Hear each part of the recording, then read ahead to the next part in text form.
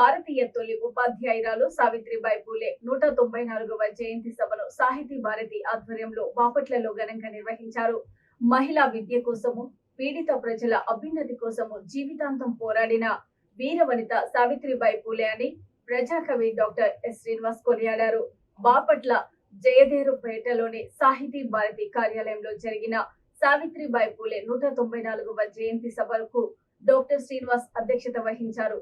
సాహితీ భారతి అధ్యక్షుడు రావూరి నరసింహవర్మ మాట్లాడుతూ, సావిత్రిబాయి పూలే తన భర్త జ్యోతిరావు పూలే అడుగుజాడలో నడుస్తూ మహిళా విద్య కోసం పోరాటం చేశారన్నారు. ఉస్మాన్, వారి సోదరి ఫాతిమా షేక్ల సహకారం తొలి మహిళా పాఠశాలను ఏర్పాటు చేశారన్నారు. ఈ సభలో ఆదం షఫీతో పాటు ఎం జాకబ్, కస్తూరి శ్రీనివాసరావు, బొడ్డుపల్లి శ్రీరామచంద్రమూర్తి, ఉవ్వాడ వెంకటేశ్వర్లు తదితరులు సావిత్రిబాయి పూలే చిత్రపటానికి పూలమాలలు వేసి ఘన నివాళులు అర్పించారు. నిరుపేద మహిళా విద్య కోసం తలతోలాడి తన జీవితాన్ని విద్య కోసం అర్పించిన సావిత్రిబాయి పూలే మహిళలకు విద్య లేదని, మనుగడ లేదని అట్టడుగు వర్గాల మహిళలకు విద్య నేర్పి నిరంతరం బాలికా విద్య కోసం శ్రమించిన సావిత్రిబాయి పూలే ధన్యురాలు. ఆ రోజుల్లో విద్య నేర్చుకోవాలంటే మహిళలకు చాలా కష్టంగా ఉండేది.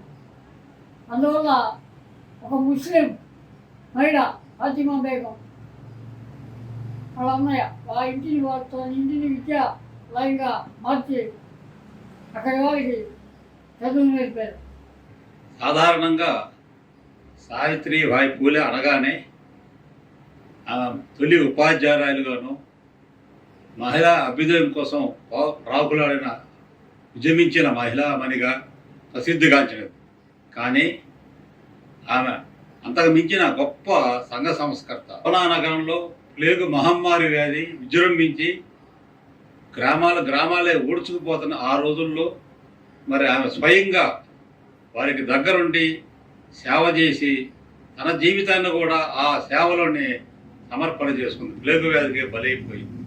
అంత గొప్ప మహిళామణి సావిత్రిబాయి పూలే బాల హత్య ప్రబంధ గృహ అనే ఒక సంస్థను స్థాపించి వితంతువులకి జన్మించిన బాలలను రక్షిస్తూ వచ్చారు.